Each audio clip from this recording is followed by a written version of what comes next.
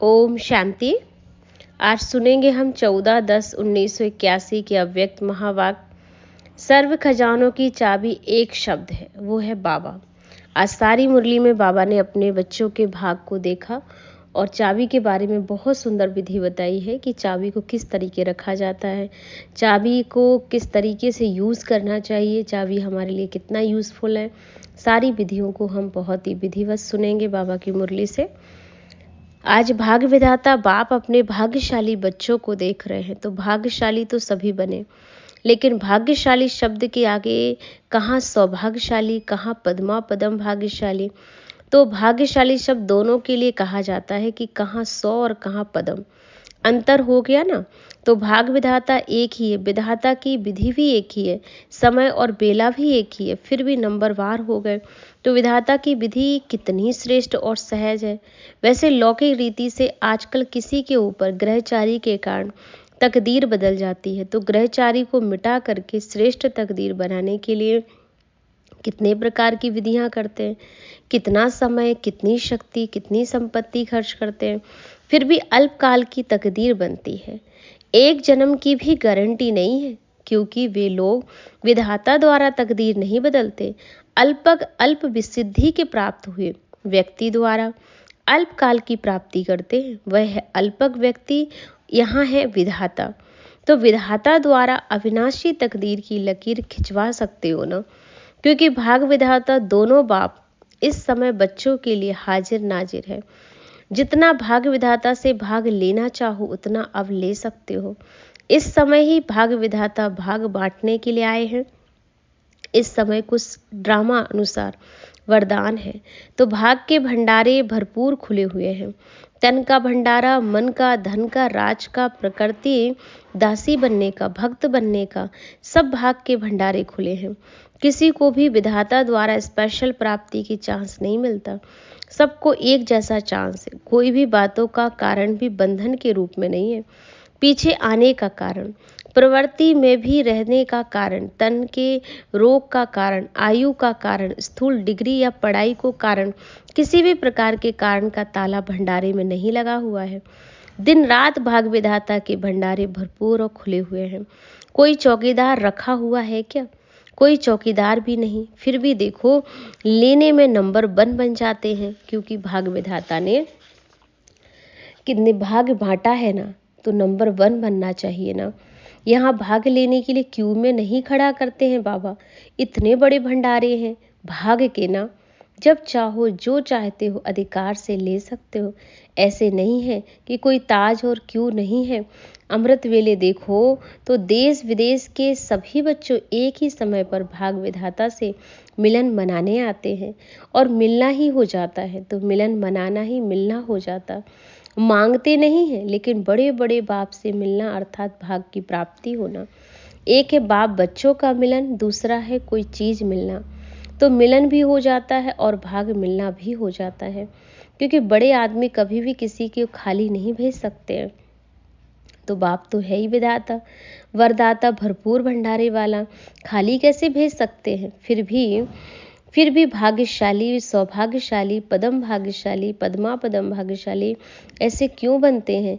देने वाला भी है, भाग का खजाना भी भरपूर है, समय का भी वरदान है। इन सब बातों का ज्ञान अर्थात की समझ भी है, अनजान भी नहीं है। फिर भी अंतर क्यों?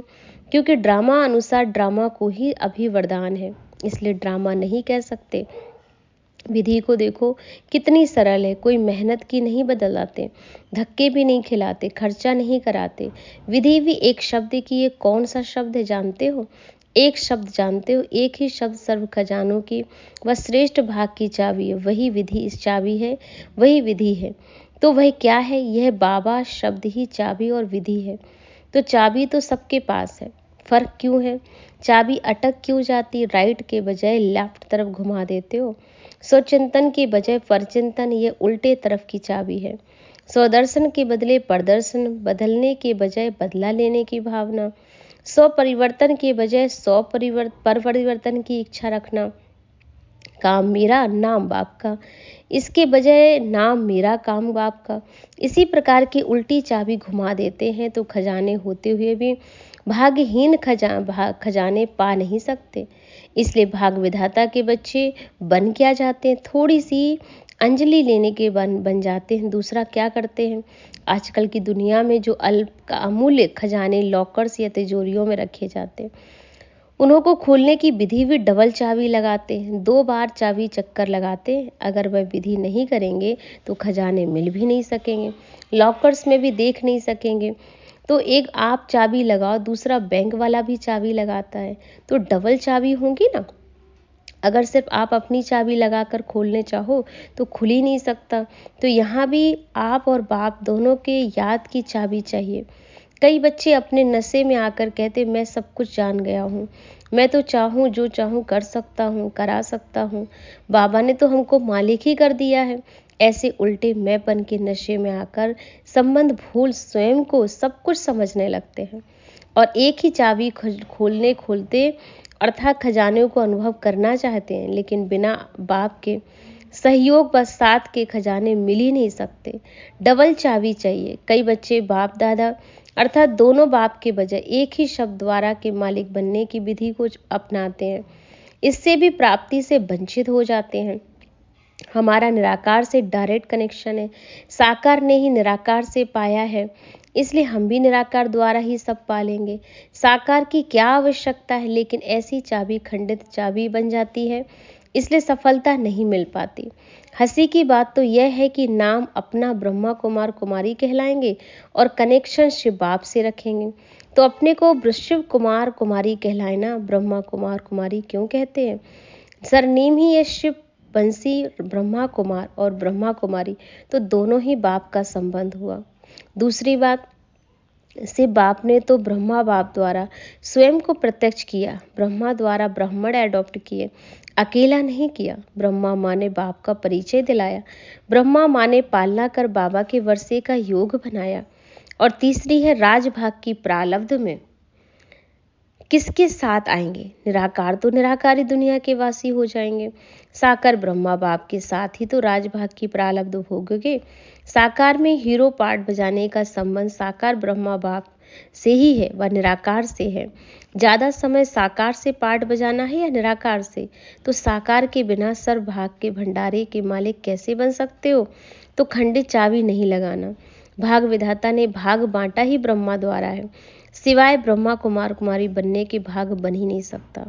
आप लोगों के यादगार में भी यही गायन है कि ब्रह्मा ने जब भाग बांटा तो सोए थे क्या, सोए हुए थे या खोए हुए थे, इस विधि को जानो। इसलिए उल्टी चाबी बाबा ने कहा नहीं घुमाना, आज से डबल चाबी लगाओ और डबल बाप की डबल आप बाप की सहज विधि से उल्टा सहज विधि से सदा ही भाग के खजाने से पद्मा पदम भाग्यशाली बन कारण को निवारण करो और सदा संपन्न बन जाओ। तो ऐसे सभी बच्चों को बाबा ने याद प्यार दिया। हम बच्चों की ओर से बाबा को भी याद प्यार नमस्ते, शुक्रिया।